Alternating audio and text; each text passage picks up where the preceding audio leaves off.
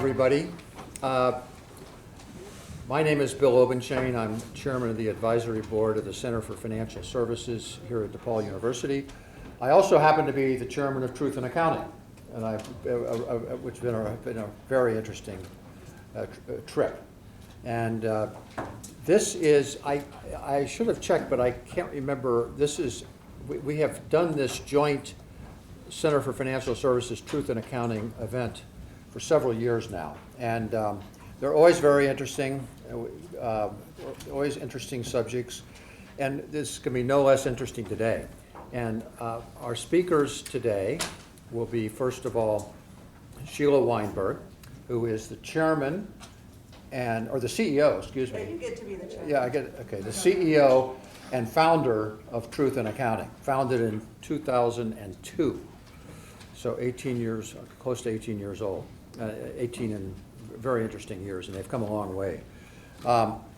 Sheila is an accountant by training, and she's a CPA. And she has, along with her research director, Bill Bergman, who is here with us today, have really driven the intellectual part of this business, of this organization to where it is today. And they continue to do so. And Truth in Accounting continues to have more and more impact. It is now regularly cited in the national media from being a totally unknown entity just a few years ago. So Sheila is going to speak. One of the major reports that Truth in Accounting puts out is the state of the states, and also the financial state of cities, which is a relatively newer project that they work on, and that report just came out. So if you can go on the website of Truth in Accounting and find that information as well. So, and after Sheila speaks for probably 20 minutes, our speaker will get to the subject of today's talk, the restructuring. What are the possible solutions for Illinois? Richard Porter is a senior partner at Kirkland & Ellis, but he's not here in that capacity today. He's here in his own capacity for the work he does on the national and local political scene. And so I won't tell about all the great things he's done at Kirkland. So, but he's been very politically involved in national politics, national committee man, as well as local politics. So without any further ado, I'd like to introduce Sheila Weinberg. Can everybody hear me all right? Yep, I'm Sheila Weinberg, founder and CEO of Truth in Accounting. I started Truth in Accounting when I realized that the federal government was not providing citizens with the information they need to be knowledgeable participants in the government's finances. We started on the federal side, but every time I spoke here in Illinois about those issues, bad budgeting and accounting on the federal side, people would say, well, if you think the feds are bad, you should see how Illinois does it. From that, we started looking at Illinois' financial reports, found that the majority of their pension and retiree health care liabilities were not being reported on the state's balance sheets, and we realized that was going on every single state. So in 2009, we started doing what we call the financial state of the states, where we recast each and every single state's financial balance sheet as if their pension and retiree health care liabilities were on those balance sheets. Good news, since then, and our efforts and others, in 2015, the governments, state and local governments finally had to put all their pension and retire liabilities on their balance sheet. You know, remember back to Enron when they had hidden debt? That's what governments were doing. And then this year, as the governments were issuing their fiscal year 2018 financial reports, they finally put their retiree health care liabilities on the face of their balance sheets. So the government's balance sheets are pretty good. So what we went ahead and did is we, as you can see at your tables, Chicago is on top. I'm going to speak about Illinois first, so if you can flip it over. Illinois So what we do is we take the government's assets from their audited balance sheets. We remove, I'm looking at the right-hand column. We remove their capital assets because we don't think you should be selling your capital assets to pay your current bills. So that would be like selling your house in order to pay off your credit card. We also remove what the governments call restricted assets to come up with money available to pay your bills. We subtract the bills. The bills include their bonded debt, other debt. We remove debt related to capital assets because if we're moving the assets, we therefore remove the other side. We add on the unfunded pension liabilities and also the unfunded retiree healthcare liabilities to come up what we call money needed to pay bills. If you're a governmental accountant, they call that unrestricted net position. So we're coming up to a number very similar to their number. And then we divide that by the number of taxpayers in every single state to come up with what we call a taxpayer burden. And then you can flip it back. On 2014, we started doing the financial state of Chicago and other major cities. And for the last 3 years, we've done the financial state of the 75 most populated cities, including Chicago. And Chicago's per taxpayer burden is $3,700.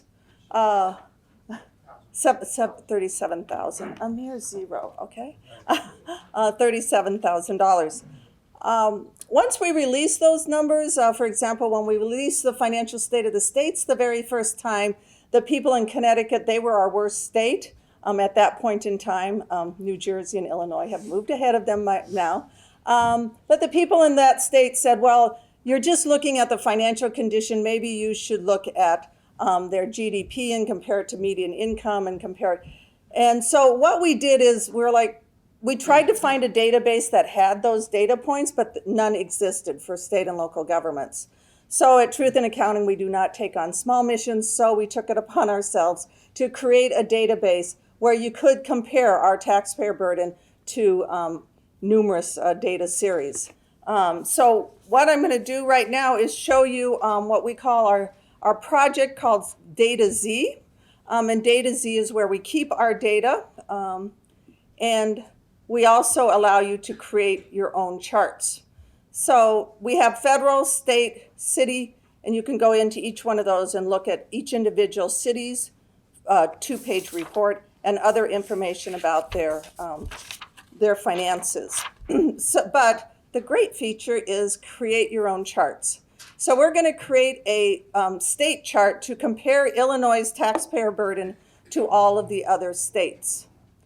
I think I just blew us out of there. So we can select all, and then you'll see that we have numerous data points. So we have our Truth in Accounting data points, call our taxpayer burden. And then we have demographic data points, we have election data points, economic data points, state financial data points. We will not go over all of these today. You can go at home and work on this at home. We're going to select just the current year because we're going to compare the taxpayer burden of the state of Illinois to all the other states, and then we're going to generate a chart. So in generating a chart, you will see that there are some states that are ahead of the game, that they actually have a taxpayer surplus and a true surplus, not what they call a surplus, which I won't get into today. Alaska actually has a $74,000 per taxpayer surplus. And then there are states that obviously most of the states are below the line. And how many are above the line, Bill? 3, I think. Oh, okay. Yeah. So, and then we'll look at the lower ones. So New Jersey is worse than Illinois actually, has a taxpayer burden of $65,100. And there's our Illinois. They have a per taxpayer burden of $52,000. So what this represents is bills that the state has already accumulated, kind of like your credit cards, and that future taxpayers are going to be burdened with paying in the future, and they're not going to receive any goods or services for those taxes because those goods and services were used by prior taxpayers. So that's why we call it a taxpayer burden. You'll also notice on the chart it says source. So obviously this data source comes from Truth in Accounting. And it will link to a glossary that tells you about the data point. And hopefully I can just go right back to where I was, cross our fingers. There we go. So let's check Illinois out in relation to another data point, which would be the Standard & Poor's credit rating. Okay, so let's do Illinois. We'll select the latest year available. You'll notice that some of the years are highlighted and some of them are shadowed. The highlighted ones are the years that data is available. So the latest data available for that is 2017.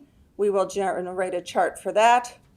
And you'll see that most of the governments are at a ranking of 10, which is AAA rating. Some of them are at 8 or 9. A few of them are at 7, which is and New Jersey is, where's New Jersey? There's New Jersey. You'll see a couple of them are really low. Guess who's really low? I know it's going to be shocking. New Jersey's at a 4, which is a minus.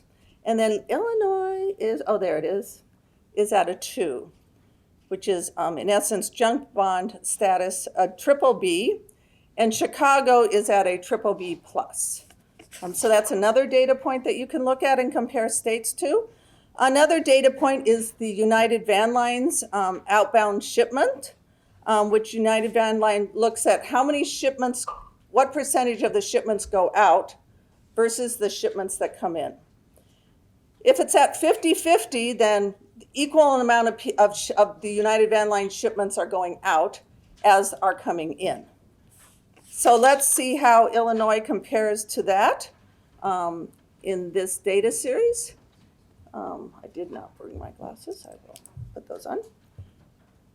So the United Van Line shipping is under our demographics section, under shipping, the percentage, and we'll see how bad Illinois is compared to, or good, compared in that area. We're going to do just the current year, and we'll also generate a chart. So if you have the lower percentage you have means that more shipments are coming in, and the higher percentage you have is more shipments are going out. So let's look at, I think Vermont, is that Vermont? Virginia has lower people going out. No, that's Vermont. But then you have some of these that are very high. So you'll see that the 60%, there are a few that are above 60%. Surprise, surprise, New Jersey, which has the worst financial condition, has 68% of the shipments are going out versus coming in. And there is our lovely state of Illinois at 66.5%. Now let's compare, because there's a lot of states there. Let's just do this for the states and see how we're doing in relation to just the states surrounding us. So we're going to go back up to the top. We will select, we'll clear the data selected, and we're going to select Illinois, which then we'll select our surrounding states.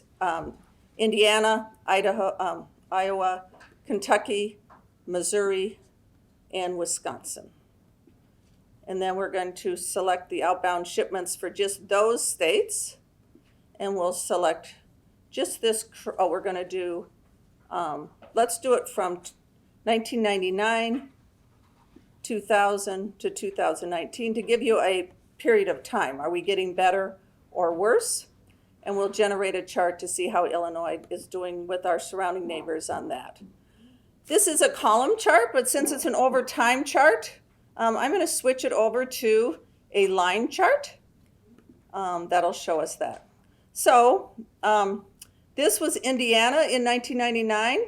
They had 63% of the shipments were going out versus coming in, and they've done really well dropping down. Guess who the red line is? Illinois.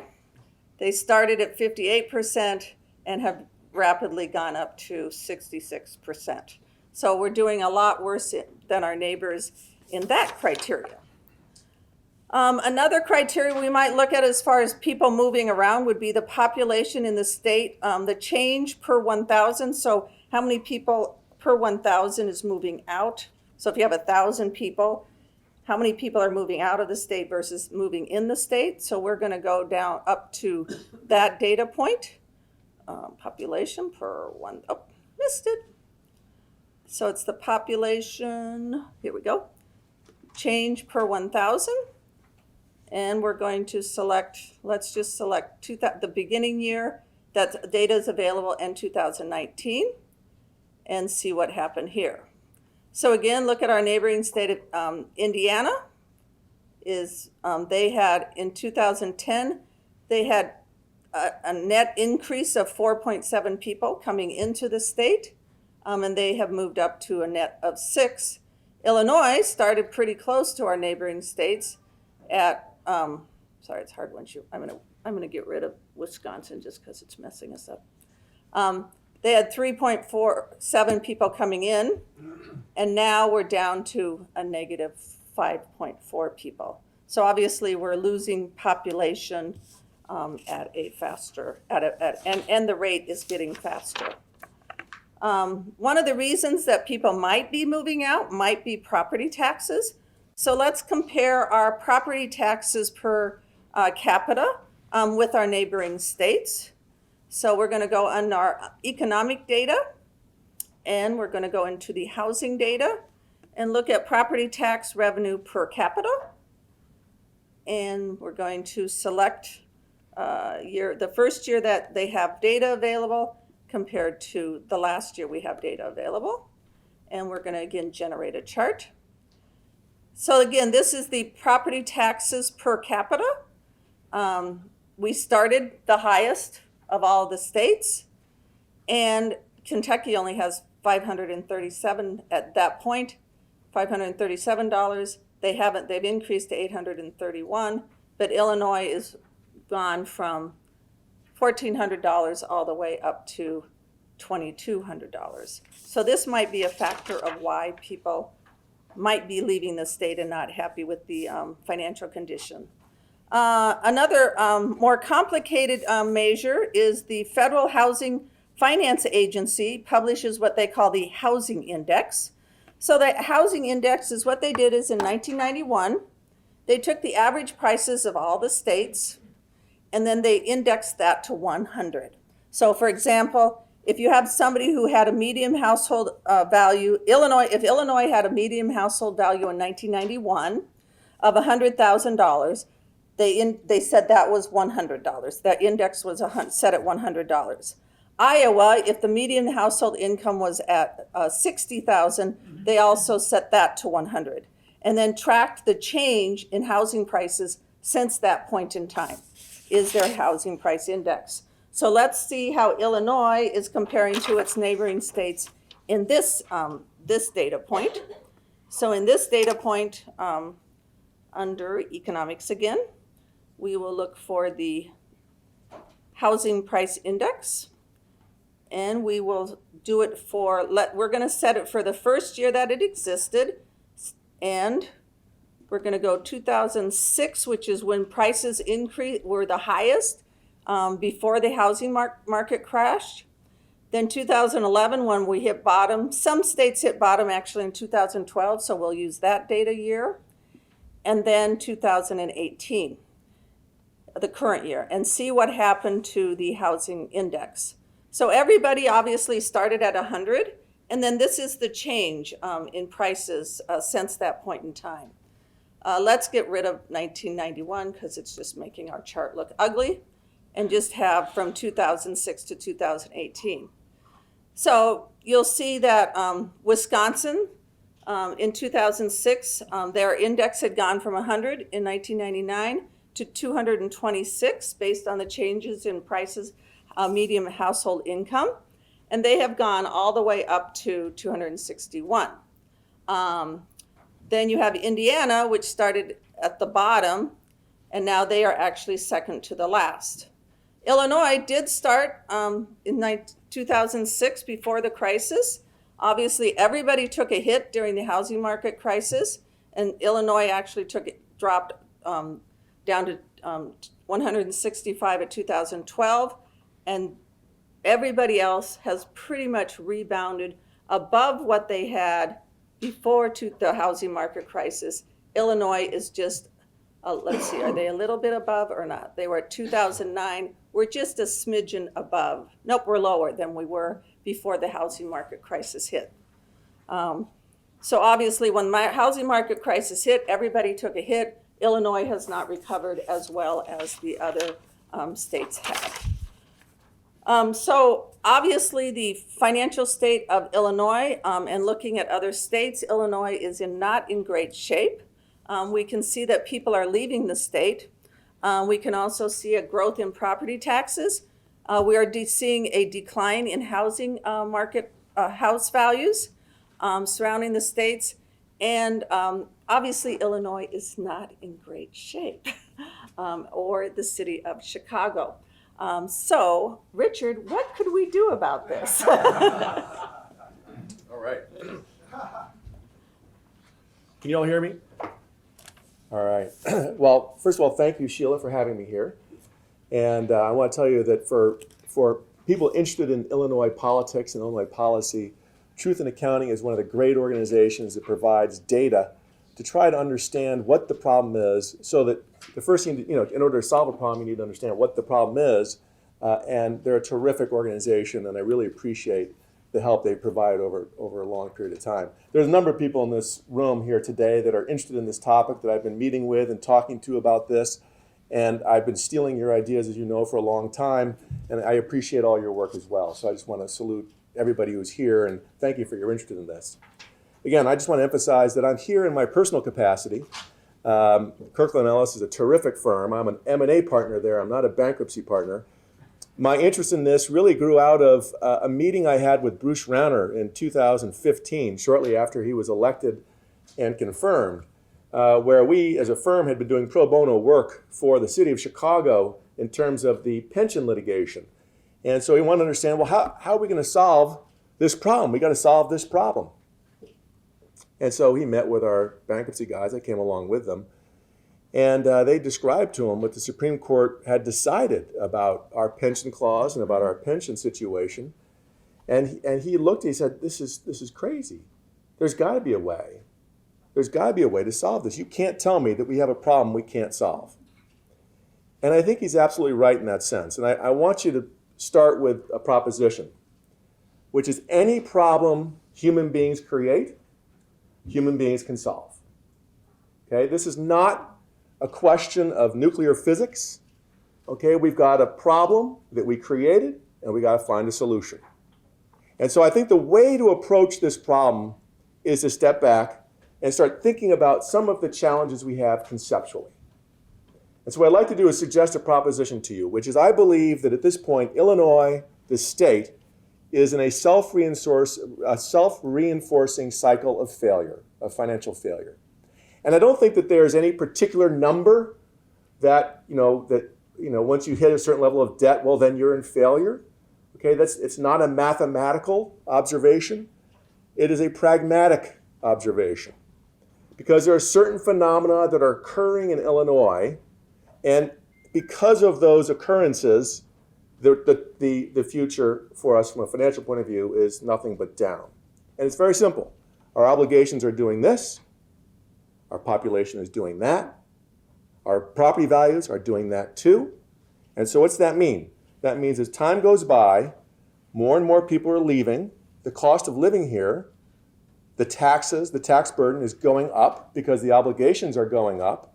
So as the obligations go up and population goes down, that means the burden is increasing at an exponential rate, which means more and more people will leave. And as more people leave, it becomes a self-reinforcing problem. This is what a spiral is. Okay, that's sort of a mathematical description of a spiral. That's where we are. That's where we are. Now, Illinois was formed in 1818. We got a couple concepts I want to get out there. Illinois is a thing that we made up. Okay? The state, this idea of a state, it's our idea. It's an idea. Doesn't really exist. It exists in our minds. Okay, we created the dirt where we're saying this is all real. Okay, this is a place. The place is separate from the thing we call it, which is Illinois. And we created that thing in 1818. It's an entity. Chicago, is a corporation like GM. Okay? It's an entity. It's a place, it's a geographic place, but it's also a thing. Okay? And it's important to kind of separate these concepts because from a legal point of view, this is how you have to solve the problem. Back to Illinois for a second. So Illinois was created in 1818. It was admitted to the Union. We just had our bicentennial. Illinois was filled with a lot of very ambitious people. It always has been. It's been a remarkable place. In the 1830s, they saw the success of the canal building, the Great Erie Canal, and how that opened up kind of the near west to development. And so a lot of ambitious people went out and borrowed a lot of money in order to start some massive public works projects. Illinois defaulted on that debt within a year. Its debt service was greater than the state's budget at the time. And of course, it takes time to put stuff in the ground. So they borrowed a whole lot of money and they defaulted. Illinois was one of, I think, 5 states at that time. It created a financial panic, a worldwide financial panic of, I think it was 1838. But Illinois has defaulted before. Illinois borrowed too much, it defaulted, and it created a financial panic. There's a fun little fact. That is called the sovereign debt crisis. That's the setting of Charles Dickens' Christmas Carol, which was written in 1842. So that setting of Tiny Tim and all the misery, that was caused by Illinois defaulting, because folks didn't understand, they didn't appreciate that Illinois as a sovereign could incur debt and the federal government wasn't going to be on the hook for it. So Illinois defaulted. Now, Illinois ultimately paid that debt off in 1870, or by 1870. But what happened in Illinois between 1838 and 1870? It tripled in size. Its population tripled in size. So when you triple in size, debt that was once large goes small. Okay, this you grow yourself out of a problem. And that's what Illinois did. It grew itself out of a problem it created in 1838.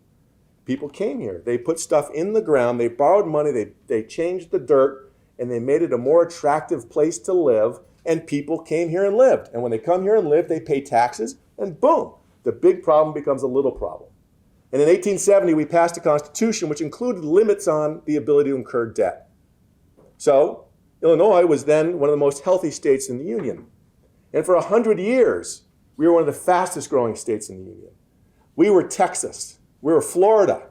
We had no income tax until 1969. And in 1969, they passed an income tax. It was a flat tax.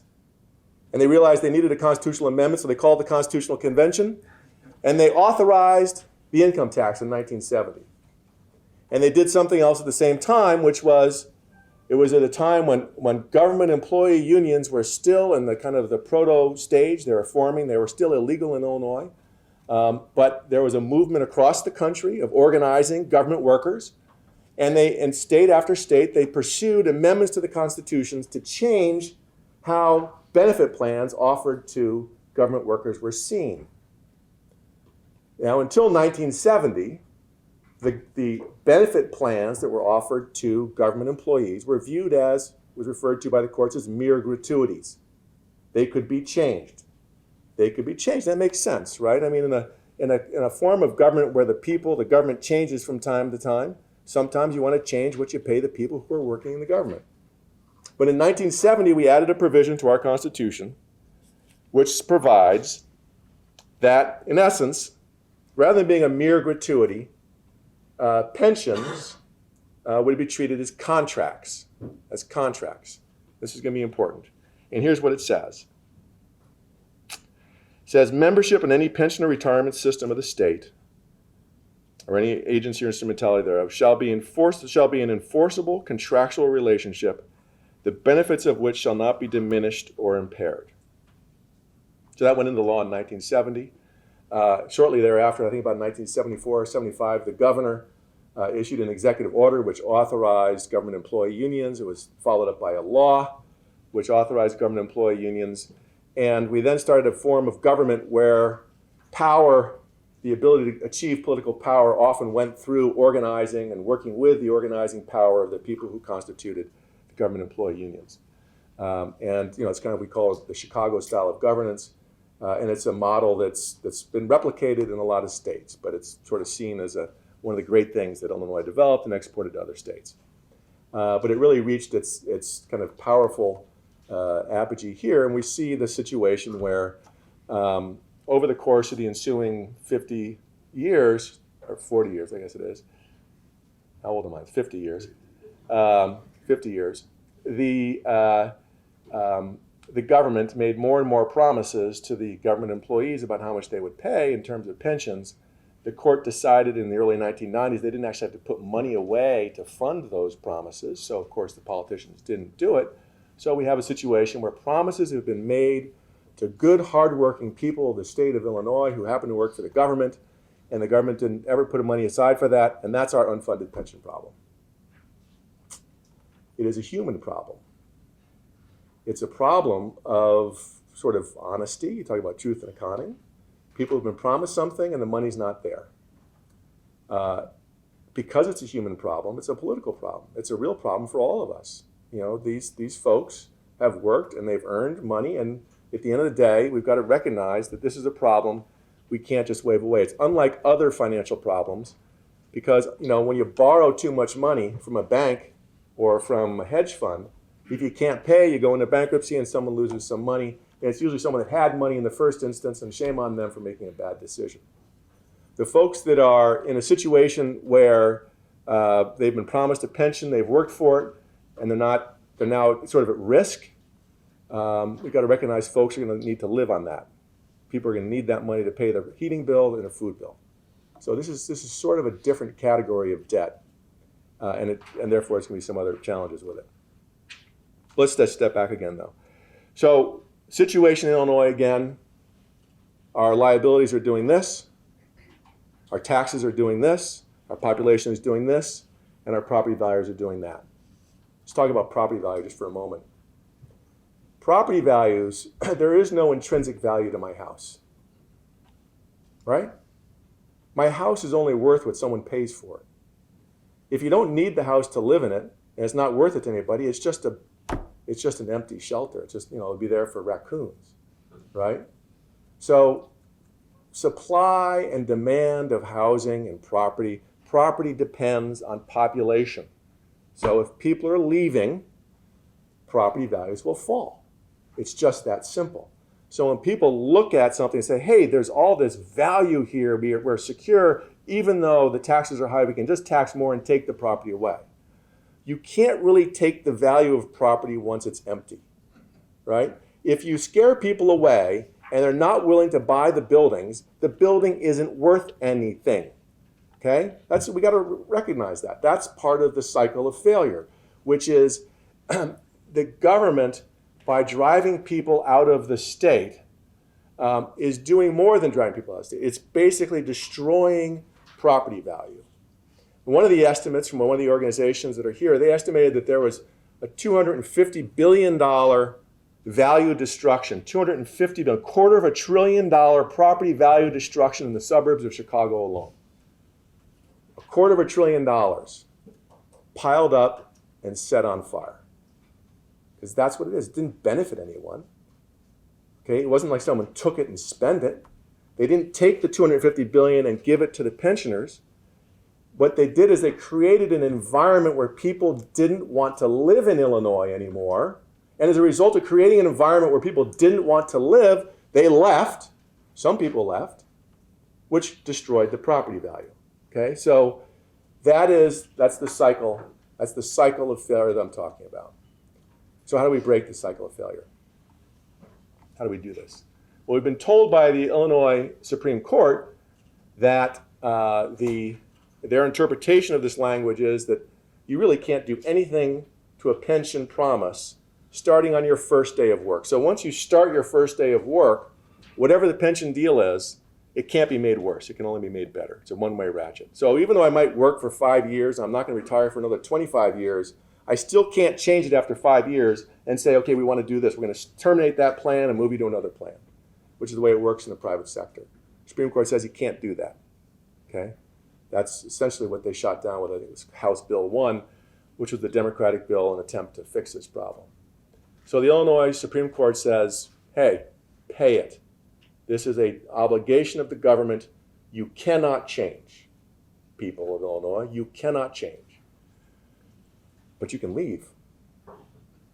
But you can leave. So where are we?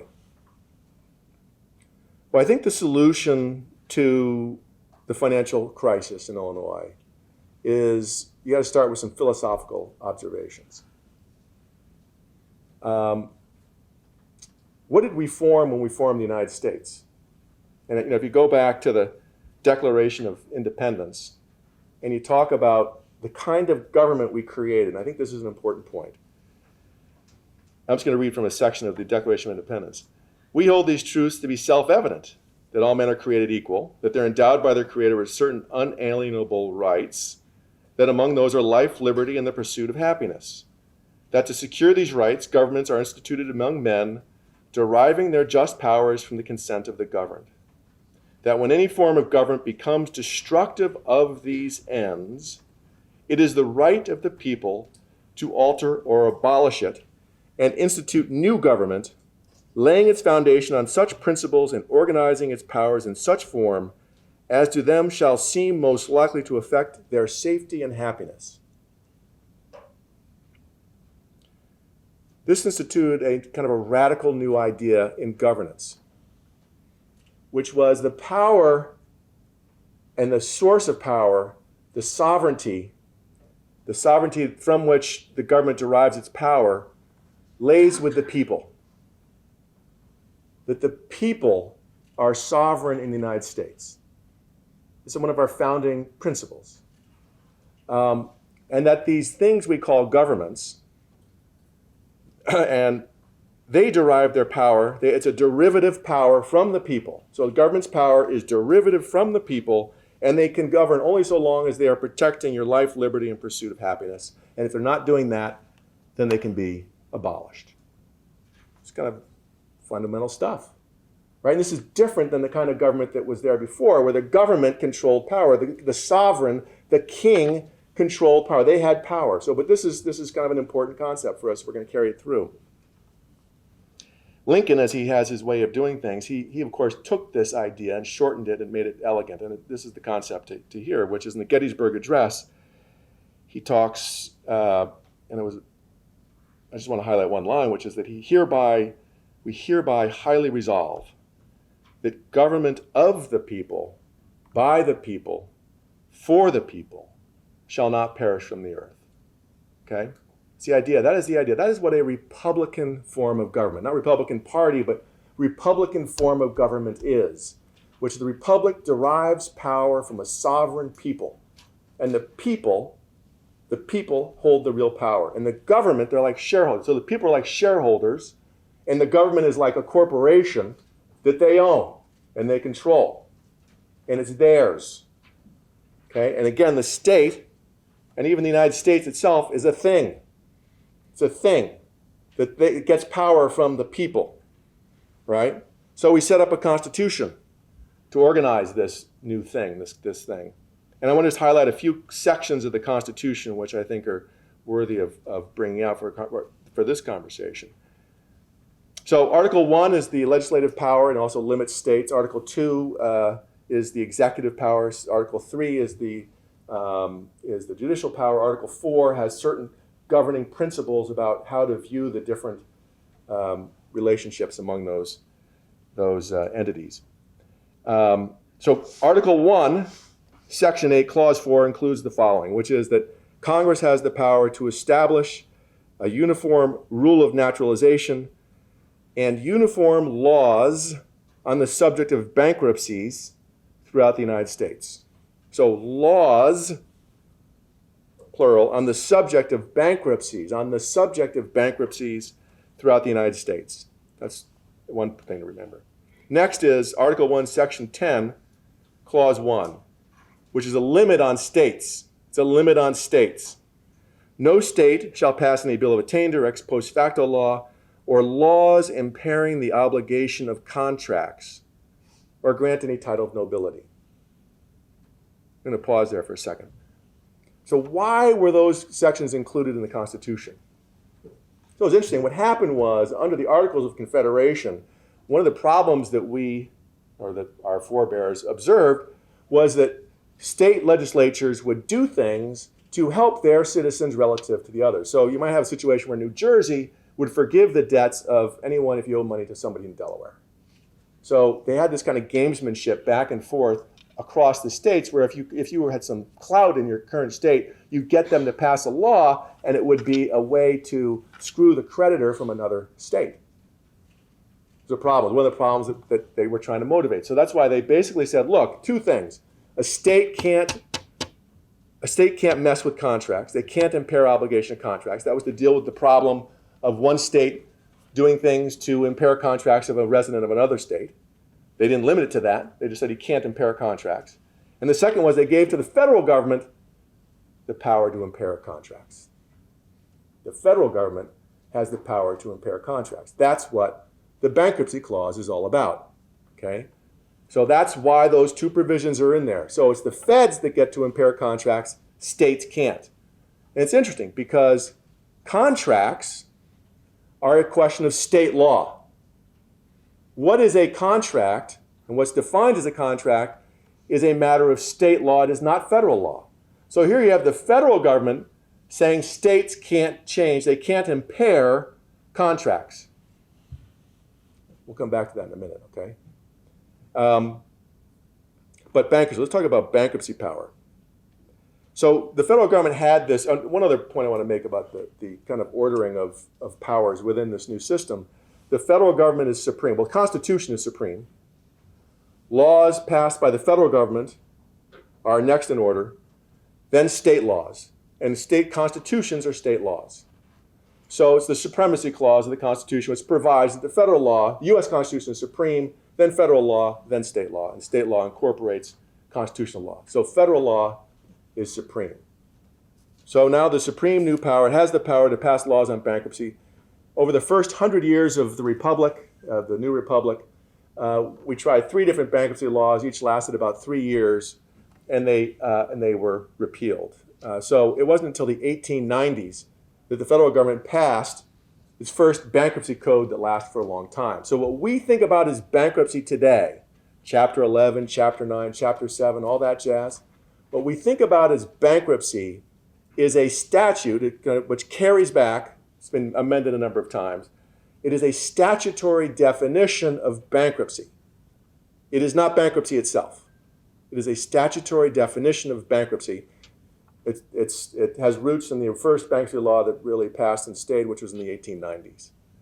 That's why I want to go back to the words of the Constitution, which was laws on the subject of bankruptcy. Bankruptcy at that time really just meant insolvency.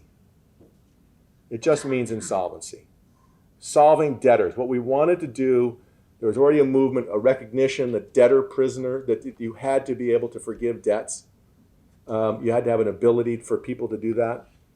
And so this ability to pass laws on the subject of bankruptcy left it to the Congress to pass laws so that you wouldn't have situations where you have debtor prisons, okay? But when you say bankruptcy in the Constitution, it is not the bankruptcy statute, okay? That is a law on the subject of bankruptcy, i.e. insolvency. So when they say bankruptcy, it is not just that law. That's just one of any number of laws you can have on the subject of insolvency. That's the power that Congress has. And when you start doing things to change contracts, and that's what you do when you release someone under bankruptcy, when you resolve any insolvent situation, you're changing a contract. The Constitution gives Congress the power to impair contracts. And Congress can pass laws which impair contracts, and Congress can empower judges to impair contracts, and that's what bankruptcy judges do every day as part of their job, is they impair contracts. So contracts are impaired in the United States. They're impaired in federal court, federal bankruptcy court, okay? So the progression on bankruptcy laws, so we passed this first kind of durable bankruptcy law in the 1890s. In the recession of the Great Depression, 1930s, a number of municipal entities were struggling, just as everybody else was. And again, Congress acted to expand the bankruptcy laws to include municipalities so that they could file for bankruptcy too. And that's the kind of the genesis of Chapter 9. The Supreme Court struck it down. the first attempt. And the Supreme Court took the view that, hey, look, municipalities are creatures of states. States are independent sovereigns. You can't go through one sovereign and take, their subsidiary, if you will, and allow them to act without the permission of the sovereign. So the Congress amended the law with regard to municipal bankruptcies to provide that states have to authorize municipalities to file for bankruptcies and then empower them so that they could then file for bankruptcy. And states have done that. Illinois has not. Michigan did that to resolve the problem in Detroit. California did that with regard to Stockton. So there are states that have availed themselves of this power to allow municipalities to go into bankruptcy court, where in bankruptcy court they can resolve contractual problems and debts to solve the problem. Illinois doesn't. It's a short law. It can be as long as you want it to be. It's really up to the state legislature. They can put conditions on it. They can put rules of the road, but the state has to authorize it. I think last year the state legislature passed 300 some laws. They didn't consider or act on this. So at the moment, Chapter 9 bankruptcies are not authorized in the state of Illinois. You just have to authorize it. So why should they authorize it? I want to suggest that municipal bankruptcies and state insolvencies are fundamentally different than commercial or personal bankruptcies. And they're different in the sense that it implicates the very purpose of the government, right? Again, Declaration of Independence talks about, and Gettysburg Address, we talk about government of the people, by the people, for the people.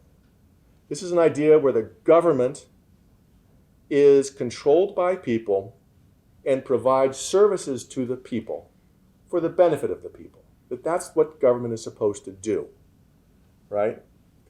When a government becomes overly levered, whatever it is, from whatever source of debt, and of course, governments do incur debt. They incur debt for capital projects. They offer benefit plans to employees. Governments are, enlightened employers. You want to offer benefit plans to employees. But the purpose of government is not offering benefit of plans to employees. The purpose of government is to serve the people, right? So if you read the Illinois Constitution, our preamble, this is the purpose of Illinois. We, the people of the state of Illinois, grateful to Almighty God, it was written in 1970, it's kind of amazing, for the civil, political, and religious liberty which is permitted us to enjoy, and seeking his blessing upon our endeavors, in order to provide for the health, safety, and welfare of the people, maintain a representative and orderly government, eliminate poverty and inequality, assure legal, social, and economic justice, provide opportunity for the fullest development of the individual, ensure domestic tranquility, provide for the common defense, and securing the blessings of freedom and liberty to ourselves and our posterity.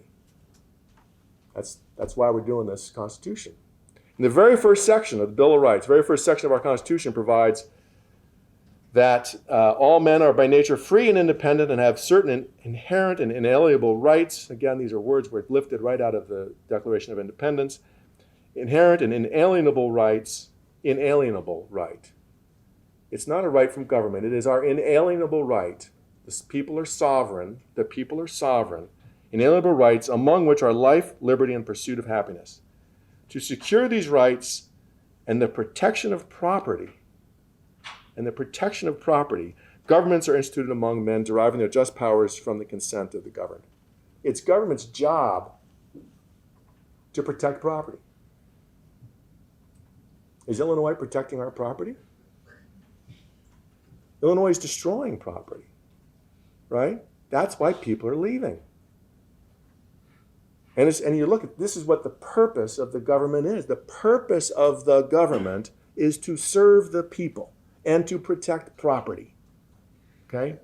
When a government becomes over-levered, when it has too many obligations, who's it serving? It's serving the creditors. Now, in a commercial setting, you're like, okay, hey, the shareholders, they're out. We're going to give the business to the creditors. That's what Chapter 11 is about. kind of reorganize it. The people you owe money to, the shareholders, we're going to wipe them out. We're going to give it to the creditors. Well, can you do that with a municipality or a state? We're the shareholders, right? And kind of by analogy, we have the power, but our power is inalienable. Our power is inalienable. You can't take it away from us, right? That's kind of a basic concept of a Republican form of government. That is my inalienable right, and it's government's job to protect it. So you can't just take a government that has got too many obligations and give it to the creditors. You can't do it. Can't do it. Why? Because it's supposed to be a Republican form of government. In fact, Article 4 of the Constitution provides, Article 4, Section 4, and again, this is the U.S. Constitution, provides that the United States shall guarantee to every state in this union a Republican form of government. It is a U.S. constitutional guarantee that we live under a government that provides the benefit of being a government of the people, for the people, by the people, right? That is our constitutional right to live in a government where the government serves us, not the creditors. So where are we? Where are we in Illinois at this point? We just had a tax increase, a property tax increase a couple years ago in Chicago. It's $500 million. Every single penny went to the pension plans. Not one penny went to improve services. Okay? We've got government. We've got government at the municipal level. We've got government at the state level. It's obsessed with finding money to pay creditors, not to provide services. That's why the government is failing, right? That is its obsession at this point. It is the way that all companies that are struggling figure out, how do I do this, but here they can't take it away from us, okay? So there is an underlying justification for restructuring debts of a municipality and of a state, which lies in this principle of a Republican form of government. Okay, it isn't just a math problem, it is a governance problem, right? So that when you think about resolving Illinois, you've got to realize that this goes to first principles of what is the government supposed to do. And that's why I think it's such a mistake, frankly, as a political aside. Restructuring, the power to restructure government liabilities is, in this context, great for the people of that jurisdiction. It makes life better for the people living there, right? It is not some dark, terrible thing. It is a way to take government and give it back to the people and make sure that the government serves the people and not its creditors. So once you have a government that's broken, this is a great thing to make it a government that meets the needs of what the people are supposed to be doing. So anyway, so we have this situation where people are leaving, they're voting with their feet. The liabilities of these entities that we've created, the state entity, the Chicago entity, Peoria, you name it, they're all entities. Those liabilities are liabilities of an entity, not of human beings. So people can leave, they can move to Florida, the liability stays with the entity, and it's just now they want to pass that on to the people that remain, but the property value is falling. As the property value falls, the burden increases. More people leave, the property value falls more, okay?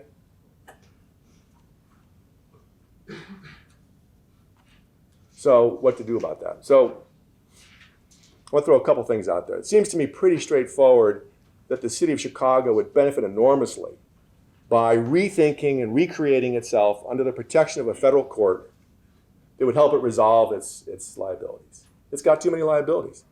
The politicians are spending their time worrying about how to suck more money out of you so you don't notice and pay their liabilities. Even though the place is shrinking, they're like, we just got to pay these. Okay, it's just dumb. It's just dumb. Fix the problem. And there's a door. It's like walk through the door. I think that's pretty straightforward. What's more interesting and more challenging is how do you fix Illinois? Because there is no law that authorizes states to go into court somewhere and resolve those problems. And this is a different problem. It's a different sort of problem than the problem in 1838 that Illinois had. Because in 1838, couldn't pay, just didn't pay.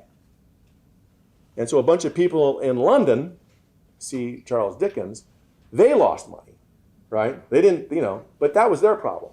It wasn't it wasn't our problem here, right? It wasn't our problem here. The problem we have is if you just don't pay some of these liabilities, that has a real human consequence that we can't ignore. And so I think that kind of creates a different sort of challenge. After the Civil War, the federal government went into the southern states and reconstructed them, remade them. It it changed contracts. It freed slaves. That's the ultimate. You took property, you said it's not property anymore. We did all sorts of things to change the laws in those states and reconstructed those states. The federal government did those things, reconstructing the states, under Article 4, Section 4. That was the source of power. They were recreating the states, and they remade them into a republican form of government. And in the consequence, and in the course of doing that, they changed contracts. They changed laws. They changed the definition of property. They changed the definition of what a contract was in those states. And the federal government has that power as part of its inherent power to guarantee that a state be a republican form of government. Also in Article 4, Section 3, there's a provision that gives the federal government the power to create states. Provides new states may be admitted by the Congress into this union, but no state shall be formed or erected within the jurisdiction of any other state, nor any state be formed by the junction of two or more states or parts of states, without the consent of the legislatures of the states concerned as well as by the Congress. So how did some states be? There's a number of states, West Virginia, it was interesting. West Virginia was created out of Virginia, and that was just a group of people in West Virginia that got together and said, well, Virginia, that legislature is not really functioning because they've seceded from the Union. We want to be a state, and the Congress admitted them as a state. But there have been other states created out of the territory of an existing state. So, and I know I've probably gone on too long here, but I want to throw an idea out that I think is a radically simple idea for solving the problem in Illinois. And that's just create a new state. GM, the structure by which GM went through its restructuring was the government set up a new entity, a new corporation, new GM. New GM bought the assets from old GM.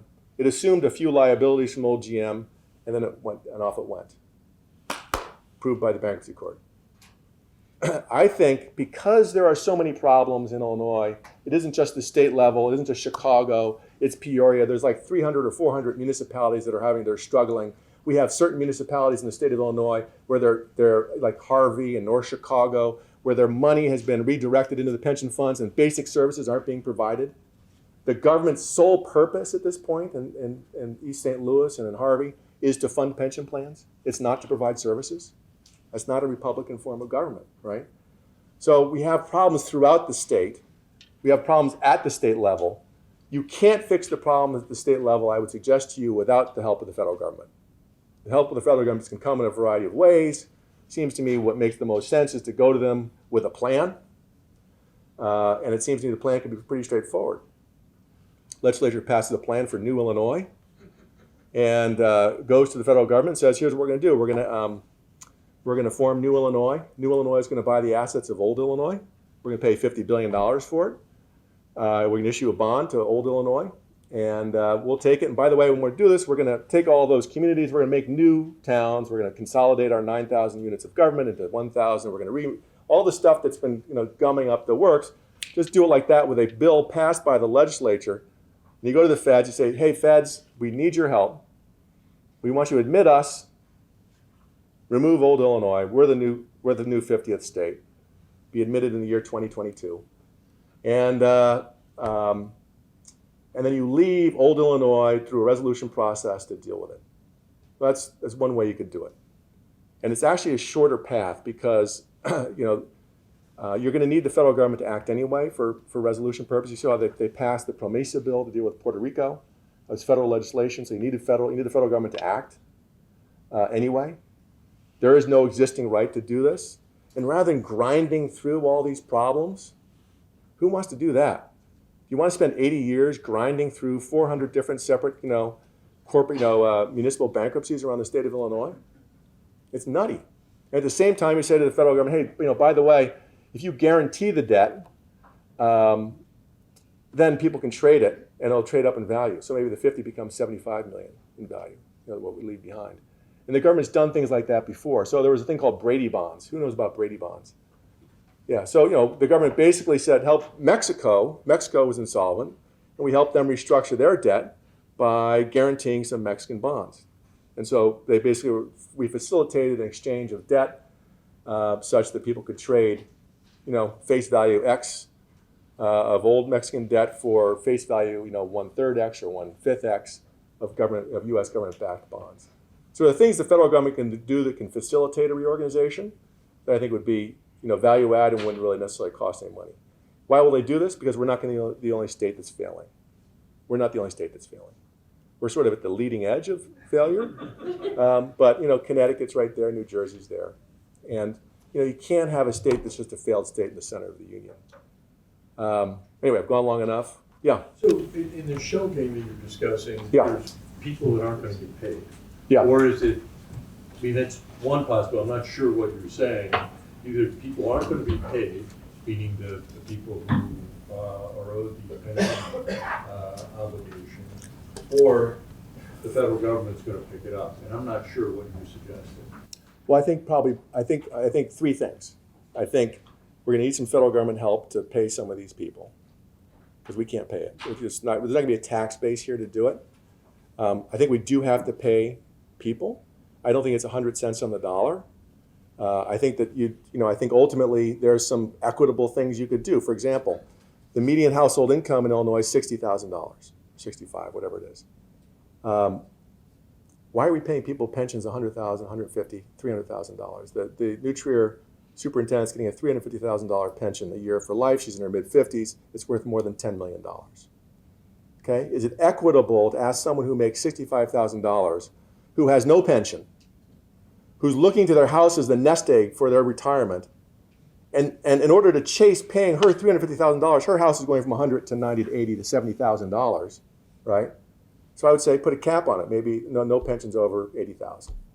But we're going to pay everybody up to $70,000. So some basic pension. We got to take care of people, right? So it seems to me you do things like you would change some of the pension rules. You could assume the new Illinois if you did it that way. You could do it directly. You could have the federal government come in and just remake Illinois. I think it's easier just to kind of just do what GM did. But there's a number of ways around the barn, but you got to recognize these are entities, and so what you could do is it is basically a box thing. You draw boxes, and that's what you do in bankruptcy.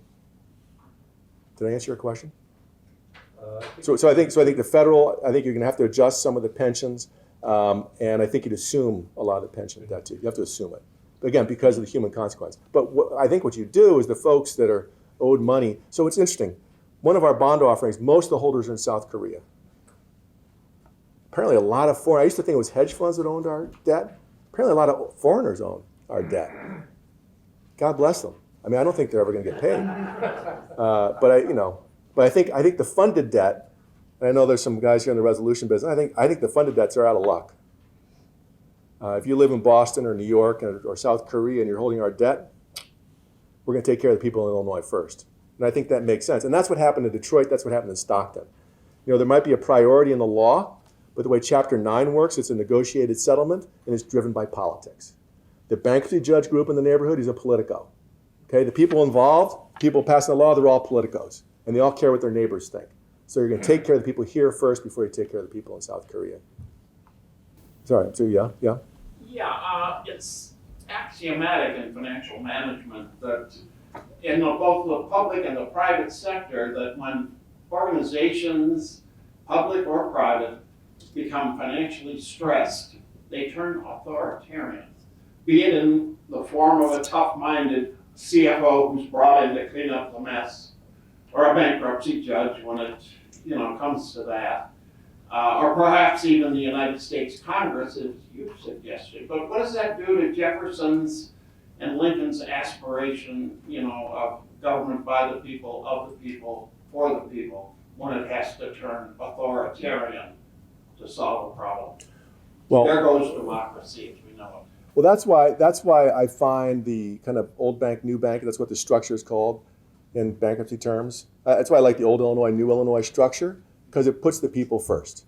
It reaffirms in a new constitution, and by the way, it would only require an act of the legislature and an act of Congress. You never have to amend the Constitution of old Illinois because you're just leaving it behind. You're leaving it behind. I don't care about that. I'm going to create a new constitution, and I'm not doing that with a big, long plebiscite and 3/5 vote. All I need is a majority vote of that legislature and a majority vote in Congress, and I have my new Illinois. It's actually a shorter path. But I think this affirms, that's why I was talking so much about a Republican form of government. What's powerful about this is it recognizes that a bankruptcy in a government situation is just different because you know what? Government can never, it's mine. I mean, it's like if you messed it up, then I get to get rid of you. And I can get rid of you by going to court or I can get rid of you by creating a new entity, but I own those roads. I own the park, not some creditor. You can't take a security interest in this stuff. It's mine. So, they set up all these boxes, the lock box, and this other nonsense to take stuff that's ours. That's what a Republican form of government is. And they're giving it to somebody in Boston or they're giving it to somebody in South Korea. But that's mine. The guys that live here, it's ours. And that's what the power is of dealing with this financial problem. It reaffirms that the government's about the people. It's about people. It's about for the people, by the people. I agree. It should be about. But there's that old axiom that when financial or when organizations become stressed, they turn authoritarian. And they commit fraud too all the time. That's Yes. it. Yeah. Sorry. Yeah. Actually, I was going to say, for Puerto Rico's case, Congress does it for them in terms of getting authoritarian. Yeah. But the question I have actually is related to that, right? I mean, look, it's much easier for Congress to simply say, why don't we follow the roadmap for Illinois that we set out in Puerto Rico, right? In terms of the Chapter 9 and some of the funniness around that. I think the proposition you gave is a very interesting one. But I'd love to hear, and actually I commend you for it. It's a really thought-provoking idea. But could you talk about what are some of the infirmities then that you're seeing in the Promesa cases? Because it's sometimes cited as a test case for a potential Illinois or Connecticut or New Jersey. Yeah, and in fact, we were down in the this isn't actually known, but we actually were working with Congress to try to get provisions in that bill to empower Illinois under federal aegis to basically trump the Supreme Court. And the Speaker loved it, but it was zipped by the head of the Judiciary Committee and they wouldn't put it in. So we came close, but we didn't quite pull it off. The Promesa is not really working out so great. Here's the problem. You need a swift resolution of this problem. Why? Because you have to stop the population exodus, right? So the Promesa is kind of grinding on, a grinding, solve the problem sort of answer. Doesn't address the fundamental problem, which is people are leaving. People are free to leave, so I have to do it swiftly. I have to get this done in a way that it turns around, and it isn't just that I'm like making it less bad. I've got to make it a place people actually want to live. So the problem isn't going from here to here, it's going from here to here. So the amount of change that has to occur has to be enough to say to people, I'm not moving to Nashville, I want to move to Chicago. Okay, that is the goal. And so I think that's the problem with Promesa, is it takes too long and it's too painful and this whole thing about shared pain and blah, blah, blah. There are 12 million people in this state. And every one of those people gets to make their own independent decision whether they want to share pain or not, or they want to go get a tan in Florida, right? And so you've got to sell. We've set up a marketplace of states. We got 50 different places, 50 different Republican governments you can go live under, right? So it's a competitive environment. And so we've got to create something that takes us from being someplace where people don't want to live to be a place where people do want to live. And you got to do it fast enough so that you don't lose more people. Because the more people you lose, the worse the problem is. The more property is destroyed, and the harder it is going to be to solve the problem. That's why I'm trying to look for an easy solution. And then you leave the resolution to the side. We go live on our lives. We cut the taxes. We cut it all down. Get a new government structure. You have the new pension plan. And they can all fight in court, and we just live our lives. It's just the creditors fight, and the citizens get to live.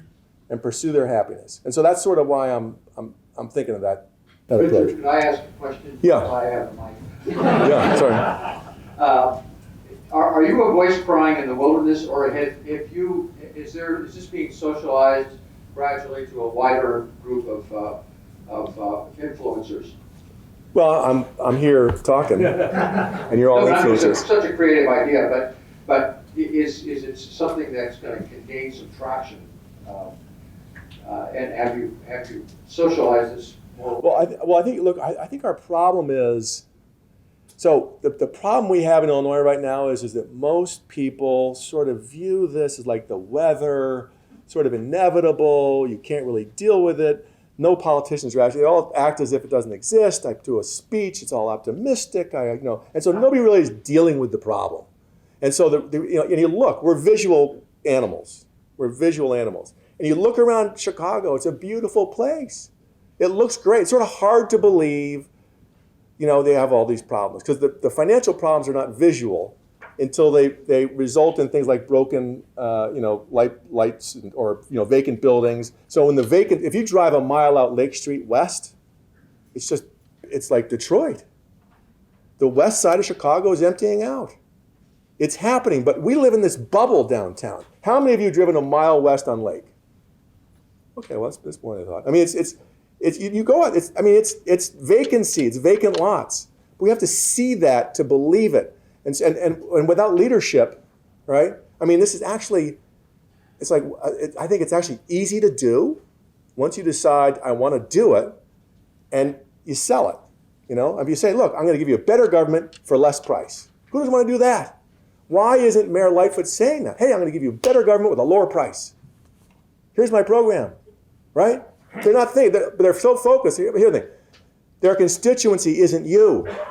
It's the unions. It's the creditors, right? They're working for them at this point. Because that was what Ron was doing. I got a problem. I got to find money for these people. I'm not worried about you. You're a frog. I can turn the heat up a little bit and you won't jump out. Why people think about citizens like frogs, it drives me bananas. But anyway. How to get Mike Madigan to buy in?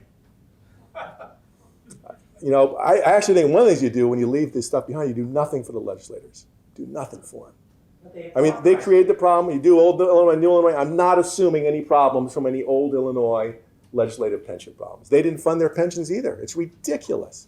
Yeah, sorry. Well, I listened to what you were saying. What you said, we can all get entranced and listen to what you're doing. Thanks, Sheila. But in 2009, I gave a speech on the floor of the city council, and I specifically addressed the issues that we were talking about. Not bankruptcy, but how to get out of the problem. And everybody said, including the Federation of Labor head, Dennis Gannon, at the time came up and said, you're the first person to address it. We are now at the edge of bankruptcy. I know you talk about Harvey. I was all day yesterday addressing issues on their problems. But people are leaving, yes, and the southern suburbs because of the high taxes. But people are leaving to Florida and other states with their pensions, and they're spending the money that they made here in those states. So at the same time, this all sounds so good. But what do we have to have for bankruptcy? You have to have that enabling statute. We don't have one. Whoever said about Mike Madigan, I doubt that'll ever happen. Secondly, you have to start negotiating in good faith with the creditors. We do have money here. In Chicago, we have a lot of money, and we can resolve the problem. Third, we have to have a plan to come out of bankruptcy. I spent a week studying the Detroit plan, and I don't think Detroit is out of bankruptcy yet. One stubbed their toe in their back. In the interest of time, is there a question in there? Yeah, so my question is, how are you going to convince the leaders either on bankruptcy or some other form of what we need to do to get out of this problem? Because it's easy to say of the people, for the people, by the people, but that's not going to happen. Well, I don't know yet. I mean, it seems to me the first thing you got to do is you got to start pointing out, you got people got to be ready for change, right? They got to vote for change. you're not going to get change with the same people who are there all the time. They're just not going to do it. They're not going to do it. So, but people have to want to change before they change. And it's a free people. And the reality is people who want to change are like changing. It's just easier to get it and drive to Florida. So we got to sell to those people that are, that are on the verge. And the reality is, the worse it gets, the more you go down, the more you get people to look at Zillow, the more you get people to see that they're getting it. It isn't, well, I mean, it's so nutty. You got a $240 billion problem. And because of that, I'm losing $250 billion of property value. And I haven't even paid that. I still have that liability. It's insane. But people have to put two and two together. And it helps when politicians actually say, hey, by the way, 2 + 2 is 4. 2 + 2 is 4. And just, get out there and sell these ideas. But the first thing you do is have to understand that this is an opportunity. This is not an insolvable problem. It is an opportunity. These are boxes we drew ourselves. We just redraw them and we can fix this problem. It's not that hard once you get your brain around it. And I think the problem is everybody's like, oh, we can't do it. Because they're all we're in a box and they've defined it. They say there's no way out. I'm not going to bother thinking about it. Yeah. You envision this as being sort of ground up, so from the populace through the politicians? In other words, we don't have to start with the politicians, right? Well, I think you actually need to have you need to, people that are angry, mad as hell, and won't take it anymore, that sort of thing. I mean, you need to have sort of a grassroots rebellion, the way we've had. Right? Yeah, but you have that. I mean, the people are just fed up with their property taxes. I don't think most people, I agree with what you're saying. I don't think most people understand that. So just talking to a lot of people about Rauner, and when they heard that he was trying to look at bankruptcy as options, I think the common man, so to speak, looked at like he was a quitter. Bankruptcy has a bad connotation. Oh, I totally agree. Yeah. I'm saying that seems to be the opportunity to spin that and look at it as it's not quitting, it's something else, and how expeditious is it? And now when you have Trump, and people looking at Trump and maybe doing, Chapter 11 with businesses, it's got a worse connotation, I think, with these people. So I think that's the great opportunities to sell it, to the Yeah. populace. I think part of what you have to do is have to have a vision of what does Illinois look like that competes with Tennessee. So you have to kind of end up with an end, this is where we want to get to. It is an attractive place to move. You'll want to live here. Everybody's going to live here. It'll be psyched. It's going to be a better place. And it'll be a lower cost. What's that look like? And then you're selling. You're saying, hey, look, here's the deal. I'm going to give you a better government at half the price. And then you say, how am I going to do it? Well, I'm going to do this thing. I'm going to, but I'm going to give you a better government at half the price. And This gentleman here has been very yeah, patient. sorry. Thank you, sir. I think your idea is ingenious. However, on a going forward basis, there's still the Illinois constitutional provision which says that the pension shall not be diminished or impaired, and there's a state statute that says that there's a 3% cost of living adjustment, even if the cost of living does not go up to 3%. Is there any relief to be provided by the Equal Protection Clause? You say the federal law can trump state constitutions and state law, inasmuch as no private citizen has a guaranteed pension with COLA escalators, and that so far as I can tell, in the history of the United States, there's only been one other constitutional provision which has a limitation on the right of future governments to impair their citizens, that being the $20 limitation by the 8th Amendment on suits of common law to be brought in federal courts. And the Supreme Court said more than 100 years ago that creates no individual rights to a litigant who has a suit of $20 or more. Well, so I don't think there's I don't know if there's an equal. I like the equal protection idea. I don't know if there's sort of an actionable one there. I mean, you could do. Michael Madigan's daughter did a laydown in the Illinois Supreme Court, not raising that issue. She's my new partner, so now she's my buddy. Let me address. Let me hit a couple of things real quick, though. So, answer one: New Illinois is not bound by Old Illinois' constitution. New Illinois has a new constitution. It's a new state. It's new GM. That's answer one. Answer two: you can amend that provision. If we don't do that, we just say, okay, we're going to grind it out. You can amend that provision. Now, the problem with amending that provision is Remember, contracts are questions of state law. U.S. Constitution says states can't impair a contract. Illinois Constitution, state law, says it's a contract. Now, if I go back and say, okay, it's not a contract anymore, have I impaired it? Sounds like I have. If I say, well, I can change it, well, have I impaired it? I don't know. I mean, there are doctrines like police power, which have been accepted by the federal courts that states can impair contracts like when it's an emergency or a financial exigency. Our Supreme Court, in its immense wisdom, has decided that those were waived with this new constitutional provision. So we don't have the police power, we don't have any basic powers to change those provisions. So it seems to me you could amend that section and say the Supreme Court was wrong and reverse Supreme Court precedent. Arizona did that way. Arizona had a similar problem and similar court decisions, and they passed constitutional laws which basically reversed the Supreme Court. So I think you could do it that way, and it would probably survive a federal court challenge. But I think how you amend that, you have to anticipate the federal claim that you've just impaired a contract, that all the people in those pensions who you're changing, they're going to bring those claims. So it's not immediately clear to me that you're going to be able to fix that directly in an effective way. And I can just see the gamesmanship. Because remember, all these people who are passing the laws, they all have pensions too. All the judges, they all have pensions. I mean, it's such a joke. So, I mean, you pass a law like they did, HB 1, whatever it was called, what Madigan did, and they exempted the judges so the judges could hear the case. Well, they get the joke. Whatever you approve for the other workers is going to be applied to them later. Well, how on earth they could hear that case without being conflicted? It blows my mind. But that's what we're wrestling with. I'm sorry. Yes.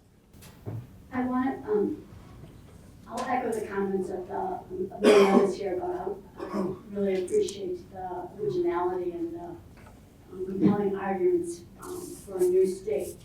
But I wanted to mention a couple of things. One is that, in 2012, the federal government did this full study of all the states, and because they were anticipating that states might come to them and ask for help, and the states with the worst financial management got a full report, and of course, Illinois had a full report. And since 2012, we've really done nothing, right? Nothing that was addressed by the federal government. So I don't see them being really open to, oh yeah, well, we told you in 2012, now you're asking us for help, being very amenable to that. And on the other hand, the other thing is that I thought when the Supreme Court decided that case and ruled against the reform of the pensions, I thought it was also that it was just one section of the Constitution. So in other words, if the people could be formed, if there was a possibility of a class action suit that said, hey, wait a second, we have a Constitution. We're not meeting the educational the articles of the education and developing and putting to their full potential. We're not passing a balanced budget. I don't see why the Supreme Court couldn't also say, well, you're right, it doesn't solve anything, but you're right too. So just to address that, so Article 4, Section 4 guarantees a Republican form of government. If I'm living in Harvey and I've lost control of my government and I'm being told that the money that I pay in taxes is going to go over here and I don't get services, sounds like I don't have a Republican form of government, right? Why not have a federal, class action by people who have, The problem is the Supreme Court decided in like 1840 in a case that came out of Rhode Island that, maybe it was Connecticut. But anyway, that they decided that there wasn't an individual right to bring an action. There have been some later decisions that suggest that, well, maybe there's some circumstances where it could be a justiciable controversy. So I think that's a possibility. And with the right Supreme Court, you might luck out. I mean, they did the right thing when it came to the fair share fees, and I forget the name of the case. Janus case. So maybe you could pull something off like that. But the problem is, it still requires. It's more than just saying you got a problem. We know we have a problem, and that's essentially what you'd get from the Supreme Court. You got to actually fix the problem. You got to actually go in and say, okay, what's the pension level going to be? And while you're at it, how we restructure things so we don't get ourselves back in this hole again. We did that in 1870 in response to the problem of 1838. They solved the problem, and they fixed it in the law. So people have to still do this. We have to fix the problem. This is our problem. We can fix it. We might need a little help. We just got to do it. Or move to Florida. Here we have time for 2 short questions. Sure. Yeah, my question is, how do you get the basic voter financially literate? Because the problem, we can't get mad unless we're mad about something. And quite honestly, there's a lot of individuals that think that we're going to solve this problem by smoking pot. So it's somehow we have to get. You know, the crazy thing about smoking pot is there's very compelling evidence that among teenage boys that use marijuana, their rate of schizophrenia is 3 times higher. And in fact, there's, in California, the medical visits for psychotic breaks are up 3 times what they were before the law was passed. Illinois is next to last in mental health support. So we're in a situation where we're creating more mental health problems and we don't provide any assistance for mental health problems. It's absolutely insane. So we've passed a law which we know is going to create more schizophrenics.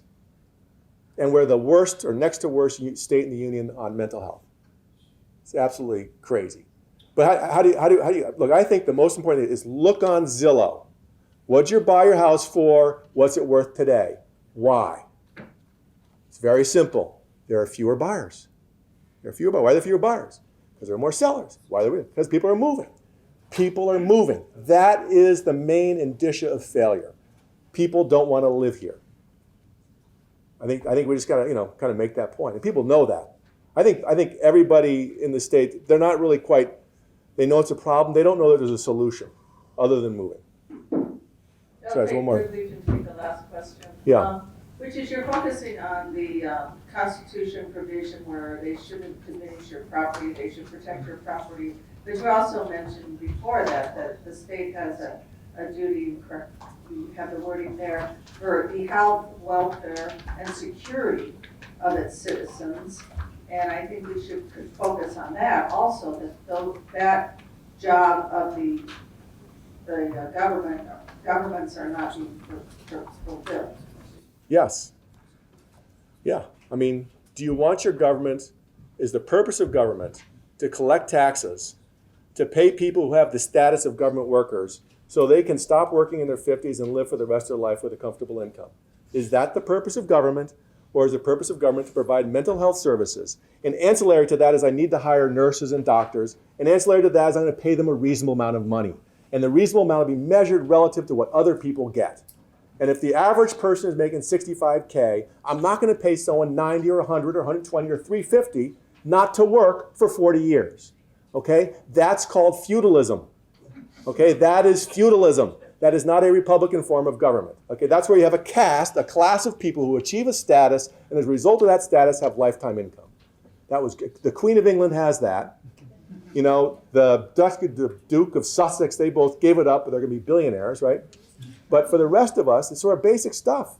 Who's the government work for? Works for us. It's supposed to. If it isn't, replace it. That's what this is. That's how our system works. And there's lots of ways to replace it. You can elect them out. That's kind of a direct way. Or you just replace the whole darn thing. Okay? I mean, if you're saying to me, hey, if I elect, this is what's so nutty about the Supreme Court's decision. And how is it? It seems very basic to me that if I have a change of regimes running a place, they get to decide how much people get paid. And what we've basically said is that if you have a new government elected to Springfield, they cannot change the benefit plans of the people who work for the state. Well, what's the point of getting elected? Right? I mean, if you can't change it, why bother? But it's just sort of inherent. You have to be able. That's why for 100 years before that, it was always, you can change it. You're going to have a political problem if you change it too much. There are restraints. You're not going to go crazy, but you got to change things sometimes. You can't just say you can't change things.